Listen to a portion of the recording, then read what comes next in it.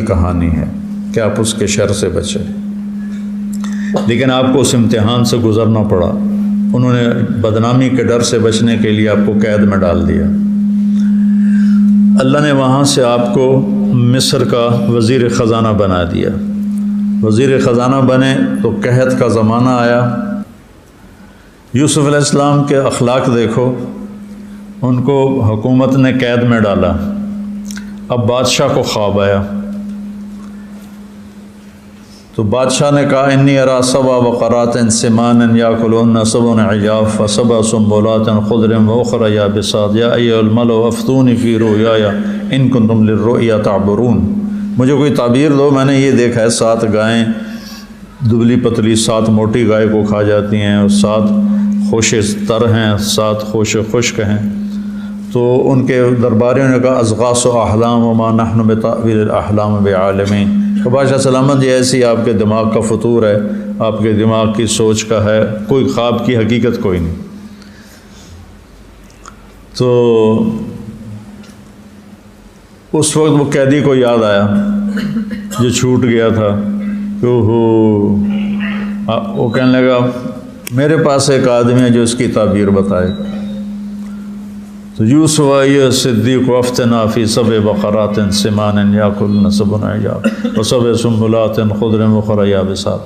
یوسف کے پاس آیا 9 سال کے بعد، اس کو بھول گیا، بتانا بھول گیا۔ 9 سال کے بعد آ کر کہتا ہے یار یہ ہمیں تعبیر تو دے دو۔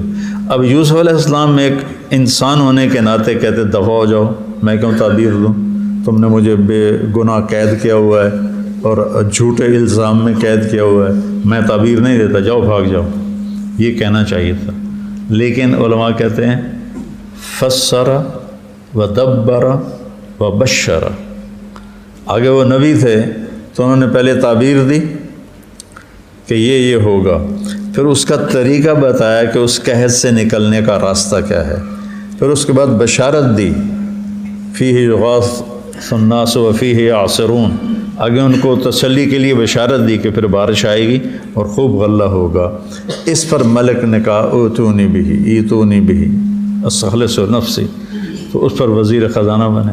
بھائی پہنچ گئے غلہ لینے، اور یوسف علیہ السلام ایسے نا اپنے چہرے کو ڈھانپ کے رکھتے تھے کہ کوئی فتنے میں کوئی نہ پڑے کوئی عورتیں، ایسے چہرہ ڈھانپ کے رکھتے تھے۔ تو انہیں چہرے کو ایسے ڈھانپا ہوا تھا، تو انہوں نے تو دیکھ لیا میرے بھائی آ گئے، لیکن ان کو نہیں پتہ کہ یہ یوسف بیٹھا ہوا ہے۔ تو یوسف علیہ السلام نے فرمایا آئندہ تم آؤ تو اپنے بھائی کو لے کے آنا، اگر تم اس کو لے کے نہ آئے تو پھر میں تمہیں غلہ نہیں دوں گا۔ اور چلتے ہوئے ان کی جو تھی پونجی جو وہ لائے تھے دینے کے لیے، وہ ان کے غلے میں ڈال دی۔ جب واپس پہنچے تو انہوں نے کہا ابا جان ہمیں تو غلہ روک دیا گیا ہے اور ہمیں کہا گیا ہے کہ بھائی کو لے کے آؤ۔ کہا هل آمنکم علیہ الا کما امنتکم علی اخیہ یوسف، پہلے بھی تم نے مجھے دھوکہ دیا یوسف کے بارے میں، اب دوبارہ دھوکہ دینا چاہتے ہو؟ نہیں میں نہیں کرتا۔ جب انہوں نے کھولے بورے تو اس میں وہ پیسے بھی نکل آئے، اس زمانے میں جو بھی تھا۔ کہنے کہ ما نبغی هذه بضاعتنا ردت الینا ونمیر اہلنا ونحفظ اخانا ونزداد کیل بعیر ذلک کیل یسیر۔ اب اجی یہ دیکھو یہ ہمارے سامنے پیسے بھی واپس آ گئے، اب تو آپ ضرور بھیجو۔ تو دوسری دفعہ جب بھیجا تو انہوں نے بنیامین کو روک لیا اور بنیامین سے کہا انی انا اخوک فلا تبتئس، میں یوسف ہوں پریشان نہ ہو، میں تمہیں روک لوں گا۔ تو انہوں نے ان کو روکا۔ روکنے کے بعد جب بھائیوں نے آ کر کہا کہ جا کر کہو، یہودا نے کہا میں تو نہیں جاتا، لن ابرح الارض حتی یاذن لی ابی او یحکم اللہ لی وہو خیر الحاکمین، میں تو نہیں جاتا، پہلے ہم نے یوسف پر زیادتی کی، اب یہ بنیامین رک گیا ہے، ان سے جا کے کہو ان ابنک سرق۔ پھر بھی انہوں نے اپنی وہ جو اندر کی غلاظت تھی، وہ تیرے بیٹے نے چوری کی، کیسی چوٹ ماری اپنے باپ پر، اس دکھ اور اس غم میں بھی باپ پہ چوٹ ماری، تیرے بیٹے نے چوری کی۔ یہ بھی تو کہہ سکتے تھے کہ ہمارے بھائی نے چوری کی، یا نام لیتے بنیامین نے چوری کی، تیرے بیٹے نے چوری کی۔ کیا ظرف تھا یعقوب کا بطور والد، کمال کر دی۔ اگر والدین تھوڑا سا صبر کر لیں تو ان کے بچے بھی راہ راست پہ آ سکتے ہیں۔ خاص طور پر جو بچے والدین کی سختی کی وجہ سے بگڑ گئے وہ بہت جلدی راہ راست پہ آ جاتے ہیں۔ وہ محبت کے بھوکے ہوتے ہیں ماں باپ کی طرف سے، ان کو ڈانٹ ڈپٹ۔ خاص طور پر جو جاب کرنے والے لوگ ہیں وہ کہتے ہیں ہمارا بیٹا پڑھے گا نہیں تو بھوکا مرے گا، روٹی کہاں سے کھائے گا۔ حالانکہ رہتے فیصل آباد میں ہیں، یہ جتنے بڑے مالدار لوگ ہیں سارے یہ جتنے بڑے بڑے ہیں نا ملوں والے اور فیکٹری والے، یہ سارے ان پڑھ ہیں، یہ منشی سے یہ بنے ہوئے ہیں، آگے ان کے بچے پڑھے نہیں، یہ سارے انگوٹھا چھاپ لوگ ہیں، انگوٹھا چھاپ۔ ایک شخص ہمیں ملنے آئے، ان کی ایشیا کی سب سے بڑی گولڈ فیکٹری تھی، ایشیا میں سب سے بڑی سونے کی فیکٹری، ایشیا کی سب سے بڑی ٹیکسٹائل مل تھی، اور اسلام آباد میں 5 اسٹار ہوٹل تھا۔ اور جب وہ ہمیں ملنے آئے تو شلوار الٹی پہنی ہوئی تھی۔ کہا جی مولوی صاحب میں تو 4 جماعتیں پڑھے ہوئے ہیں، تو ایم.اے دی ڈگریاں والے میرے کو نوکری کر رہے ہیں۔ تو یہ دیکھتے ہیں کہ یہ فیصل آباد کے بازار میں ان پڑھ لوگ بیٹھے ہوئے ہیں، اور پھر کہتا ہے اگر ہمارا بچہ پڑھے گا نہیں تو روٹی کہاں سے کھائے۔ تمہارے ذمہ ہے کہ تمہارا بچہ نیک بن جائے، روٹی اللہ نے اس کی یہاں لکھ دی ہے، یہاں لکھ دی ہے، وہ اس کو مل کے رہے گی۔ بادشاہوں کے گھر میں فقیر پیدا ہوئے اور فقیروں کے گھر میں بادشاہ پیدا ہوتے رہتے ہیں، دن رات کا ہمارے سامنے مشاہدہ ہے۔ تو ان ابنا کا سرق، تیرے بیٹے نے چوری کی، اس وقت بھی ٹونٹنگ سے باز نہیں آئے، اور اس کو سنا یعقوب علیہ السلام نے صبر کے ساتھ، اور یوسف علیہ السلام کو ایک خط لکھا۔ ان کو تو یہ پتہ تھا کہ مصر کا گورنر وہ میرے بیٹے کو پکڑ کے بیٹھا ہے، یہ تو نہیں پتہ تھا کہ آگے یوسف بیٹھا ہوا ہے۔ حالانکہ مصر قریب تھا، اللہ نے اجازت نہیں دی کہ باپ کو اطلاع کرنے کی، دونوں باپ بیٹا نبی تھے، تو اللہ کہتا کہ اجازت ہے باپ کو بتا دو، نہیں اجازت نہیں دی، خاموش رہو۔ تو انہوں نے خط لکھا کہ عزیز مصر کے نام اللہ کے بندے یعقوب بن اسحاق کی طرف سے، ہم نبیوں کی اولاد ہیں، ہم چوری نہیں کرتے۔ میرے باپ کو چھری کے نیچے سے نکالا گیا، ذبح ہوتے ہوتے اللہ نے اس کی جان بچائی۔ میرے بیٹے کو مجھ سے جدا ہوئے 40 برس گزر گئے، روتے روتے میری آنکھیں چلی گئیں، تو مہربانی کر میرے بیٹے کو چھوڑ دے۔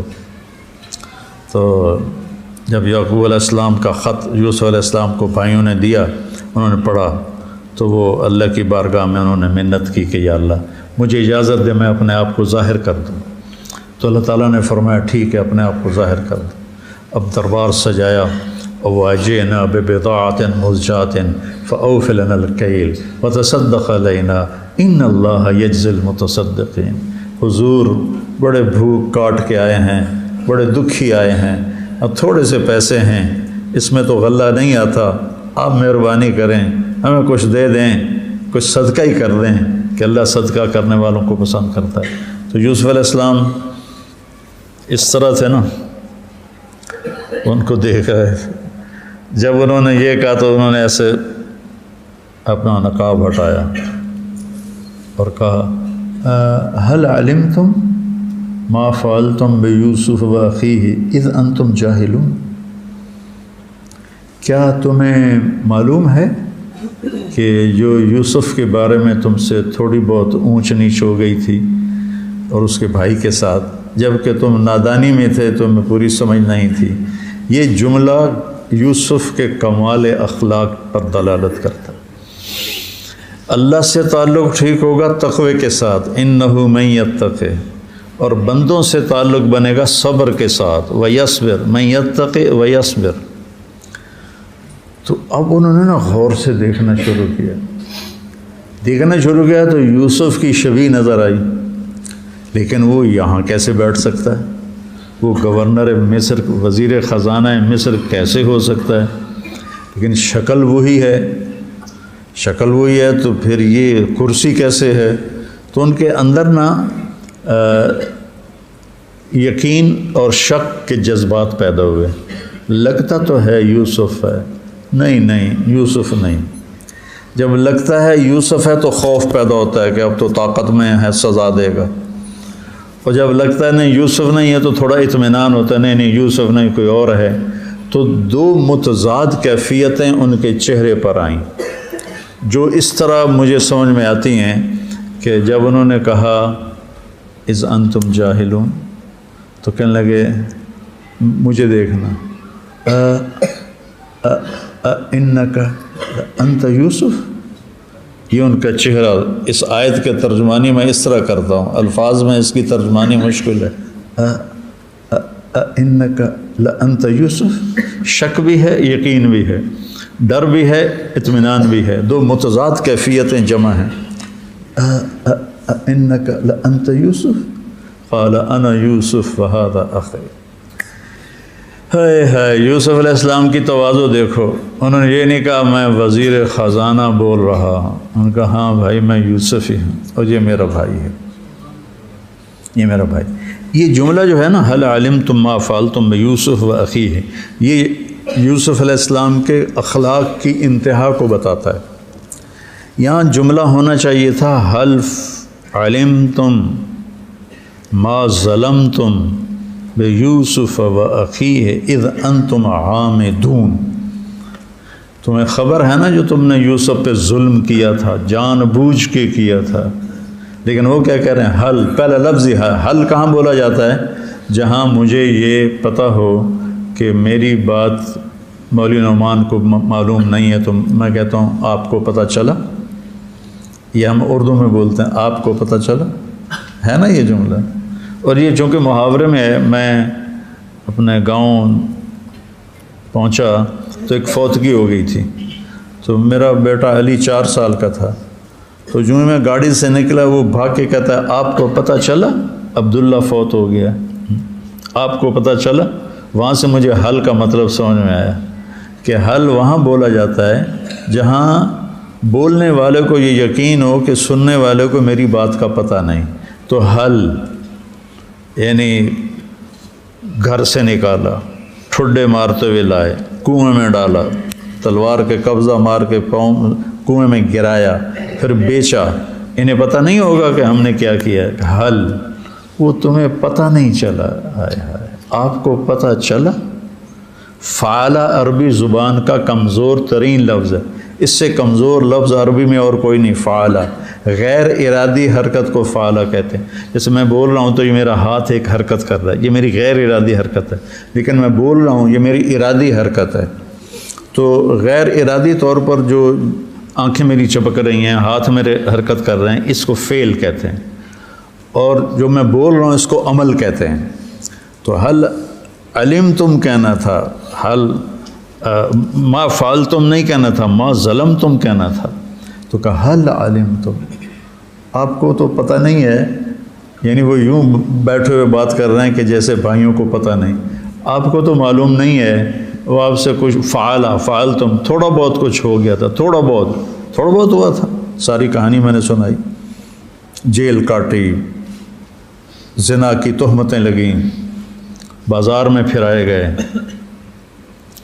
اور پھر کہہ رہے ہیں ما فعلتم، وہ تھوڑا بہت جو یوسف سے ہو، جو تم سے یوسف کے بارے میں ہو گیا تھا، اذ انتم جاہلون، آگے پھر کہا وہ تمہیں پتہ نہیں تھا، بے خبری میں تم کر گئے۔ یا اللہ یا اللہ۔ تو انہو پھر یوسف علیہ السلام نے فرمایا انا یوسف وہذا اخی، میں یوسف ہوں، میں گورنر ہوں یہ نہیں کہا، میں حاکم ہوں یہ نہیں کہا، میں یوسف ہوں، یہ میرا بھائی ہے۔ قد من اللہ علینا، اللہ نے ہم پہ احسان کیا، میری کوئی طاقت نہیں، میرے اللہ نے احسان کیا۔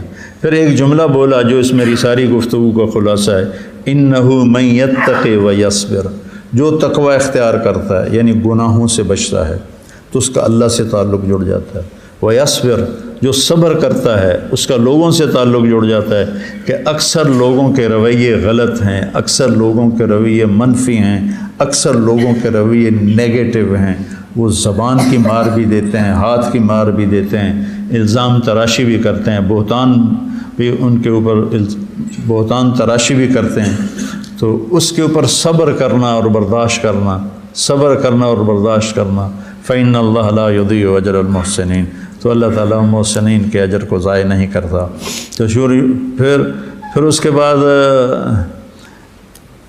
کہنے لگے اذهبوا بقمیصی ھذا، یہ میرا کرتا لے جاؤ، والد کی آنکھوں پہ ڈالو، فرتد بصیرا، اس کی آنکھیں ٹھیک ہو جائیں۔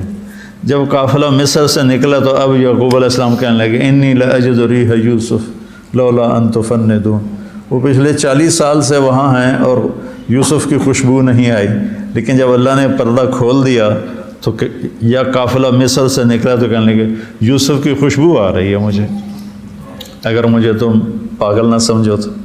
انہوں نے پھر وہی سڑا ہوا جملہ اور چبھتا ہوا جملہ اور بدتمیزی کا جملہ، تاللہ انک لفی ضلالک القدیم، اللہ کی قسم تو کہہ رہے ہیں تو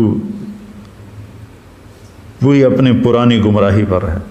فلما ان جاء البشیر والقاہ علی وجہہ، پھر جب وہ کرتا آیا اور ان کی آنکھوں میں ڈالا گیا تو ان کی آنکھیں بحال ہو گئیں کہ جاؤ میرے والدین کو لے کر آؤ۔ پھر یہ سارا قافلہ یوسف علیہ السلام کے پاس پہنچا۔ یوسف علیہ السلام نے کارگزاری سنانا شروع کی۔ کہاں سے شروع کی؟ اذ اخرجنی من السجن وجاء بکم من البدو من بعد ان نزغ الشیطان بینی و بین اخوتی ان ربی لطیف لما یشاء، مجھے بھائیوں نے نکالا، مجھے مارا پیٹا، مجھے کنویں میں ڈالا، مجھے بیچ ڈالا، یہ سارا کٹ کر دیا۔ یہ نہیں سنایا۔ کہاں سے شروع کیا؟ جیل سے نکلنے کو، کہ اس میں بھائیوں کا دخل نہیں تھا، جیل میں جانے میں بھائیوں کا دخل نہیں تھا، تو وہ سارا کیوں کٹ کیا کہ میرے بھائیوں کو میں جب ان کی موجودگی میں سناؤں گا تو یہ شرمندہ ہو گیا کہ میرے بھائیوں نے مجھے گھر سے نکالا، پھر میری مار پٹائی کی، پھر مجھے کنویں میں ڈالا، تو یہ شرمندہ ہوں گے، پھر مجھے بیچ ڈالا، بخسن دراہم، چند پھوٹی کوڑیوں کے عوض مجھے بیچ ڈالا۔ تو اپنے بھائیوں کے اتنے بڑے جرم کو ان کے سامنے بیان کرنے کے بجائے گول کر لیا تاکہ میرے بھائیوں کو شرمندہ نہ ہونا پڑے۔ یہ اخلاق انبیاء ہوتے ہیں۔ تو اصل اس قصے میں یہ دو باتیں ہیں، اللہ سے جڑنے پر اور بندوں سے جڑنے پر اللہ کی رضا مل جاتی ہے۔ اللہ سے جوڑ پیدا ہوتا ہے تقوی کے ذریعے، گناہوں سے بچنا، اور اللہ کے بندوں سے جوڑ پیدا ہوتا ہے صبر کے ذریعے، برداشت کرنا، چھپ کر کے سہتے جانا۔ پی جا ایام کی تلخی کو بھی ہنس کے ناصر، غم کو سہنے میں بھی قدرت نے مزہ رکھا ہے۔ تو یوسف علیہ السلام کی جو کہانی ہے یہ اس لحاظ سے احسن القصص ہے کہ ہماری زندگی کو اس نے گھیرے میں لیا ہوا ہے۔ ہر وقت ہمارا اللہ سے تعلق ہے، یہ ٹھیک رہے، اس کے لیے کیا طریقہ ہے؟ گناہوں سے بچنا۔ اتق المحارم تکن اعبد الناس، سب سے بڑا عبادت والا وہ نہیں جو نفل پڑے روزے رکھے، میرے نبی نے فرمایا سب سے بڑا عبادت والا وہ ہے جو گناہ چھوڑ دے، گناہ چھوڑ دے۔ گناہ چھوڑنا یہ تمہیں سب سے بڑا عبادت والا بنا دے گا، اور اللہ کے بندوں کے ساتھ معاملہ ٹھیک رہے، ان کے غلط رویوں کے باوجود تو صبر ہے، برداشت کر، برداشت کر جاؤ، نہ کر لبوں کو سی، چپ کر کے سہ جاؤ، برداشت کر جاؤ، تو اللہ کے بندے کے دل تمہارے لیے آرام ہو جائیں۔ وہ تمہیں پسند بھی نہیں کریں گے، پھر بھی ان کی گردنیں چکی ہوئی ہوں گی کہ اس کے سامنے ہم بول نہیں سکتے۔ تو سورہ یوسف قرآن کا خوبصورت قصہ ہے، اور اس کا پورا خلاصہ دو لفظ ہیں، تقوی اور صبر، تقوی اور صبر۔ پوری سورہ یوسف کو میں ایسے جوسر میں ڈال کے اس کا جوس نکال کے پیش کروں تو دو لفظ ہیں، تقوی اور صبر۔ گناہوں سے بچنا اور لوگوں کے رویوں پہ صبر کرنا، چاہے وہ اپنے ہوں چاہے پرائے ہوں۔ اپنوں پہ صبر مشکل ہوتا ہے، سنو، کوئی غیر مجھے گالی دے تو مجھے کوئی اتنا محسوس نہیں ہوتا۔ میرا بیٹا مجھے یوں کر کے دیکھ لے تو میری نیند اڑ جاتی، کچھ نہیں بولے، صرف اس نے ایسے بدتمیزی سے مجھے دیکھا ہے یوں کر تو مجھے رات کو نیند نہیں آئے گی۔ باہر گلی میں کوئی 100 گالیاں نکالے تو میں بھی 100 نکال کے آرام سے گھر میں بیٹھ جاؤں گا۔ اپنوں کا دکھ زیادہ لگتا ہے، وہاں زیادہ برداشت کرنا ہے۔ والذین یصلون ما امر اللہ بہ ان یوصل، یہ بہت بڑی فتح عظیم ہے، فتح مبین ہے۔ اگر ہم گناہوں سے اور پھر اللہ نے ہمارے لیے راستہ رکھا. مثلا گناہ ہو گیا تو آپ کیا کریں؟ اللہ کہتا ہے توبہ کر لو میں معاف کر دوں گا. کتنا خوبصورت معاملہ ہے اللہ کے ساتھ کہ تم توبہ کر لو میں معاف کر دوں گا. سبحان اللہ. ایک دفعہ گناہ ہو گیا توبہ ہو گئی چلو ٹھیک ہے. دوبارہ ہو گیا 3 دفعہ ہو گیا 100 دفعہ ہو گیا تو کیا ہر دفعہ معاف کرے گا؟ تو میرا اللہ کہتا ہے ہر دفعہ کروں گا. کیوں؟ اللہ پاک پہ اثر نہیں ہوتا. میں معافی کیوں نہیں دیتا ہوں دوسری تیسری دفعہ کے بعد میں کہتا ہوں میں نہیں معاف کروں گا کہ میرے اوپر اثر ہوا ہے. وہ اثر مجھے معاف کرنے میں رکاوٹ بنا ہوا ہے. لیکن اللہ تو اثر سے پاک ذات ہے. ما نقص فی ملکی شیء ما زاد فی ملکی شیء. تو جتنی دفعہ گناہ ہو اتنی دفعہ توبہ کرو گے ہر دفعہ اللہ معاف کرے گا. جاوید چودھری صاحب ہیں اچھے کالم نگار ہیں. ایک دفعہ انہوں نے مجھے فون پہ لیا کہا آپ تو لوگوں کو گناہ پہ ابھار رہے ہیں. مجھے کہنے لگا آپ لوگوں کو گناہ پہ ابھار رہے ہیں. میں نے کہا وہ کیسے؟ کہا آپ کہتے ہیں جتنی دفعہ مرضی توبہ کرو اللہ معاف کر دے گا. تو آپ کا نوکر اگر 2-3 دفعہ کرے غلطی آپ کیا اسے معاف کریں گے؟ تو میں نے کہا چودھری صاحب آپ نے طارق جمیل اور اللہ کو ایک ترازو میں تول دیا. وہ اللہ ہے میں طارق جمیل ہوں. میرا تو بیٹا بھی 3-4 دفعہ میری آنکھیں دکھائے گا تو میں کہوں گا بھائی اپنی زمین سانبھتے جا اپنی کمائی کر دے اپنی روٹی کھا. میں نہیں تجھے برداشت کرتا. اور میں تو بیٹے کو برداشت نہیں کروں گا. نوکر تو بہت بات کی بات ہے. وہ اللہ ہے اللہ. وہ طارق جمیل نہیں ہے وہ اللہ ہے جو اثر سے پاک ذات ہے. تو کہتا لو جئت بقراب الارض خطایا ثم لقیتنی لا تشرک بی شیئا اتیتک بقراب الارض مغفرہ. آئے ہائے ہائے میرا بندہ اتنے گناہ کر کے زمین بھر دے لیکن ایک شرک تو نے نہ کیا ہو شرک تو میں تیرے سارے گناہ معاف کر دوں گا. ایک جگہ ہم گئے تو علاقہ تھا بریلوی بھائیوں کا تو تبلیغ کو برا سمجھتے ہیں ہمیں گستاخ رسول کہتے ہیں. تو انہوں نے ہمیں ٹانٹنگ کی چودھری حاکم نو مسلمان کرو تو پھر تو انہوں منی ہے. چودھری حاکم وہاں کا وڈیرا تھا اور رسہ گیر اسے کہتے ہیں جو چوریاں کروائے اور چوریوں کا پیسہ کھائے اور قبضہ مافیا تھا اور رسہ گیر تھا. تو کہ چودھری حاکم نے مسلمان کرو تو تنو منی ہے. یہ انہوں نے ٹانٹنگ کی ہمارے اوپر. تو ہدایت تو اللہ دیتا ہے نبی کے ہاتھ میں بھی نہیں. ہم نے ایک جماعت بھیج دی چودھری حاکم کے پاس. وہ اس کو لے کے آ گئے شام کو. اب وہ اس کا قد تھا کوئی 6.25 فٹ اور اتنا بڑا جسم تھا اور اتنا بڑا چہرہ تھا. تو میں نے جب اس کو دیکھا تو اس سے بات کرنا میرے لیے طے ہوا کہ میں بات کروں. تو مجھے ایسے لگا جیسے چڑی ہاتھی دے سامنے آ جائے. اتھے اڈی اُدی لاش ایڈی اُدی مچھ ایڈا وڈا سر ہوتا. میں اگے میں چڑا جایا بالکل لگوں ہی نہیں کر لگی. تو میں نے اس کو دعوت دینی شروع کی. کوئی 5-10 منٹ میں نے بات کی ہوگی تو اس نے میری بات روک دی. تو اس پر پتہ نہیں کس جملے نے اثر کیا اللہ ہی جانتا ہے. کہنے لگا مولوی جی ایک گل دسو ایک شرک نہیں کیتا باقی سارے گناہ کیتے معافی ہو جائے گی. فوت ہو گیا بیچارہ اللہ اس کے درجے بلند کرے.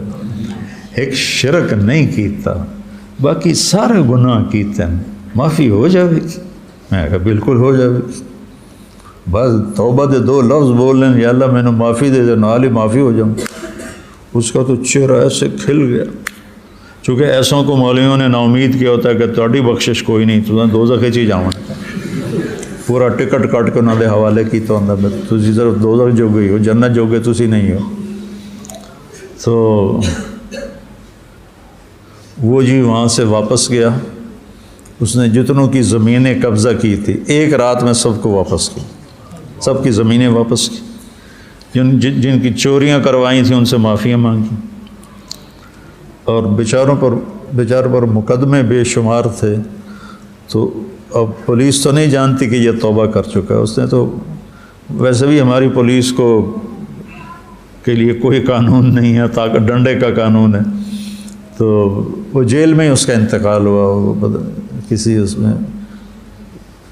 کسی کیس میں اس کو پکڑا ہوا تھا، لیکن وہ 5 وقت کا نمازی بنا، سارے جرائم سے توبہ کر کے مرا، اور پھر وہاں ہاں بھائی ہن تبلیغ والوں نے من گئے ایسے، چودھری حاکم کو اللہ نے وہ ہدایت تو اللہ دیتا ہے، تبلیغ والوں کے اپنے دل اپنے ہاتھ میں نہیں۔ تو میرے عزیزو، سورہ یوسف میں بہت بڑا سبق ہے، اللہ تعالی ہمیں اس پہ عمل کی توفیق دے۔